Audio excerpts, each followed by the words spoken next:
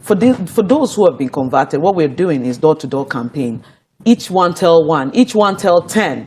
Preach about this. And the good thing about this is you're not going with the normal, oh, it's siyasa. I mean, this is Hausa, that's called politics in Hausa. Siyasa, come and just, support our guy. This is what we stand to benefit, monetary or anything. You have a key message. Whoever is going out actually believes.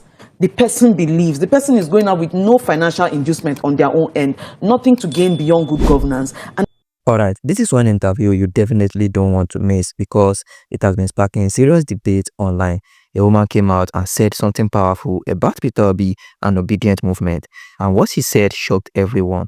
She explained how Obidient Movement has given unimaginary support to Peter Obi, a kind of support that even Peter Obi himself didn't expect. And the way she broke everything down, it opened many people's eyes across Nigeria. You see, a lot of people still believe that Peter Obi is part of the same old political game, simply because he was once in PDP, one of Nigeria's biggest party, and for that reason they think he's just like the rest, another politician playing the same game in a new jersey. But this woman had a very different take, and that is why this interview is trending. According to her, Peter Obi has always believed that politics shouldn't be left for the bad ones alone. She said Obi called politics a dirty game, but remind people that if all the good ones keep running away, then who will clean it up? And that is exactly what made him join politics in the first place. He didn't come to play the game, he came to change the game. Now think about this.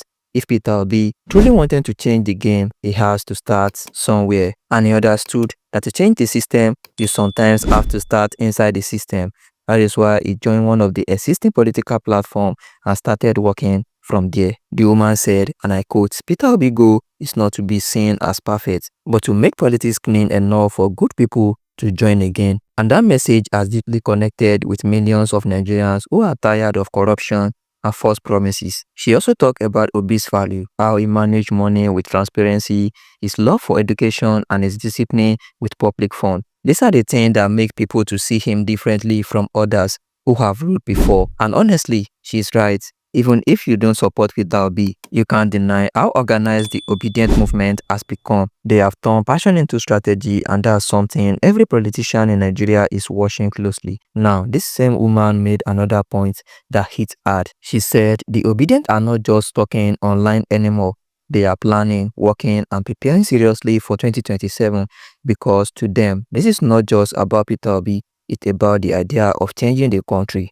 And that's why many Obidient love this interview because it gives voice to what they have been feeling, that Peter Obi is not playing politics, he's trying to redefine it. So before I play you the full clip of this woman's powerful message, make sure you like this video, share it with someone who needs to hear this, and don't forget to subscribe if you are just coming across this YouTube channel for the first time, because this is one of those moments where you will understand why the Obidient Movement refused to give up. Now let's watch the interview. You're going to be in the mix with all sorts. But the thing that sets Peter Obi apart is when he joined, there's so many things he did to make sure that his name stands apart. Even his process of winning office, even going to the courts to make sure that he wins election. I mean, he's the first governor to have achieved that. All of those processes, even the court cases that came with that, set us on the path we are in today for people to reclaim their mandate. So this man has successfully set himself apart. It's not about where did you participate. He has to. We keep telling people, don't fold us. You don't say it's only bad people. If you don't participate, it's only the bad people that will participate. And then when they participate, like, oh, they're a member of the old guard. He had no choice. This is the route he had to take, the conduit towards good governance. And get Peter Obi. My job is to remind people why this is, or inform and remind why Peter Obi is the best candidate. And that is what I turn up to do every day. Oh, great. So, at the time, you have to canvas for funds. It's such a capital-intensive thing. And that is why I appreciate what Peter Obi is doing with the Obidient Movement, what the Obidient Movement is doing. They've taken a lot of the weight off the money politics of Peter Obi's neck. That's what happens when people are passionate about an issue. Tied to that is the fact that the argument that Peter Obi is still part of the old order isn't dying down any soon. So how do you react to concerns that there's nothing different from him, considering the fact that he used to be a member of the PDP? I think the straightforward question would have to be what distinguishes him from the others, considering the fact that he used to be a part of it. I used to be a part of the PDP too. So here, with respect to that, of course, he hasn't won elections under the PDP, but we're not going to treat PDP like a disease here. We're not. A lot of good people have come out of that party. We have seen the likes of Okonjo-Iweala. Why not being partisan, being somebody that has been employed under the party and has done well? A lot of good policies have come out of the PDP. So let's not throw that away, right? At the same time, we are looking at a system that people are upset with. People have looked at PDP and say, you have not done enough. There are corrupt individuals in this system, and why should this person come from here?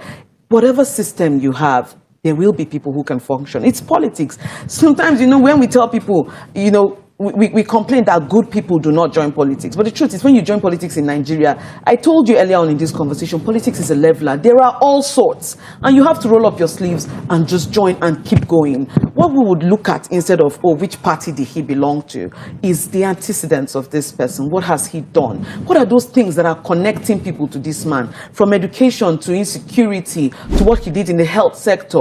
All of those things. I mean, I know that this question is going to lead you to you asking me key points on this, but this is a man that has shown that this man has built trust over time.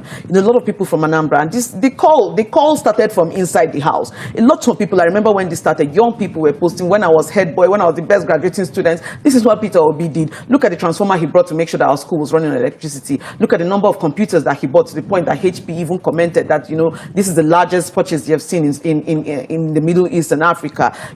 Look at the cars he bought to enable security during his time, to the point that 3 years, the last 3 years of his tenure, there was no armed robbery in Anambra State. Look at people have things to point at. There's also the part that his money management skills and how much he was able to live for a state like Anambra. There's an antecedent. There's history. People have seen this man like, yes, he participated in Nigerian politics, because politics is a conduit to governance, and you cannot say it at this point. Terry, we do not have people who can run as independent candidates, and that's quite unfortunate. Again, in the activist part of me, we're still fighting for that. But while we don't have that, people have to join political parties, and when you join political parties, you're going to be in the mix with all sorts. But the thing that sets Peter Obi apart is when he joined, there's so many things he did to make sure that his name stands apart. Even his process of winning office, even going to the courts to make sure that he wins election. I mean, he's the first governor to have achieved that. All of those processes, even the court cases that came with that, set us on the path we are in today for people to reclaim their mandate. So this man has successfully set himself apart. It's not about where did you participate. He has to. We keep telling people, don't fold us. We don't say it's only bad people. If you don't participate, it's only the bad people that will participate. And then when they participate, you're like, oh, they're a member of the old guard. He had no choice. This is the route he had to take, the conduit towards good governance, and he delivered. You have just heard one of the most honest takes about Peter Obi and Obidient Movement. But beyond the emotion, let's look at the deeper meaning of what this woman said. What makes her word powerful is not just her praises for Peter Obi, it is the idea behind them. The idea that changes does not always come from the outside the system. Sometimes it starts right within it. For years, Nigerians have lost faith in politics. People say they are all the same. But what this interview is showing is that a new kind of conversation is rising, one that's challenging that belief. When you listen carefully, you will realize that Peter Obi represents more than politician. He represents a test case. Can a man with clean intentions survive in a system built on corruption and greed? Can sincerity really stand strong in a political environment that rewards manipulation? These are the questions Nigerians are now debating. And what makes the Obidient Movement different is not just its loyalty, it is the belief that leadership can still be honest. People are not just following Peter Obi because of who he is, but because of what he symbolizes: accountability, simplicity, and a reminder that politics can be about service again. If we are being realistic, Peter Obi is not perfect, no leader is. He made mistakes, faced criticism, and still has a long road ahead. But this interview reminds us that Nigerians are watching closely, not just to see what he says, but to see if his action continue to match his message. Because at the end of the day, it is not about whether he wins in 2027 or not. It is about whether this movement can permanently shift the mindset of a generation that once believed politics was too dirty to touch. And if that shift continue, then maybe, just maybe, Peter Obi would have already succeeded, not by becoming the president, but by reawakening hope. So as the 2027 race draw closer, one thing is certain: the Obidient Movement has proven that Nigerians are ready to demand more. question more, and expect more from those in power. And that is the real power of this interview. Alright, that's all for now. What do you think about this woman's statement? Do you agree that Peter Obi is a representation of a new type of politics in Nigeria? Or do you think it is still the same story in a new form? Drop your thoughts in the comment section below. And if you found this breakdown insightful, don't forget to like, share, and also make sure you subscribe for more political updates and honest reaction right here on Fem TV. I will see you on the next one.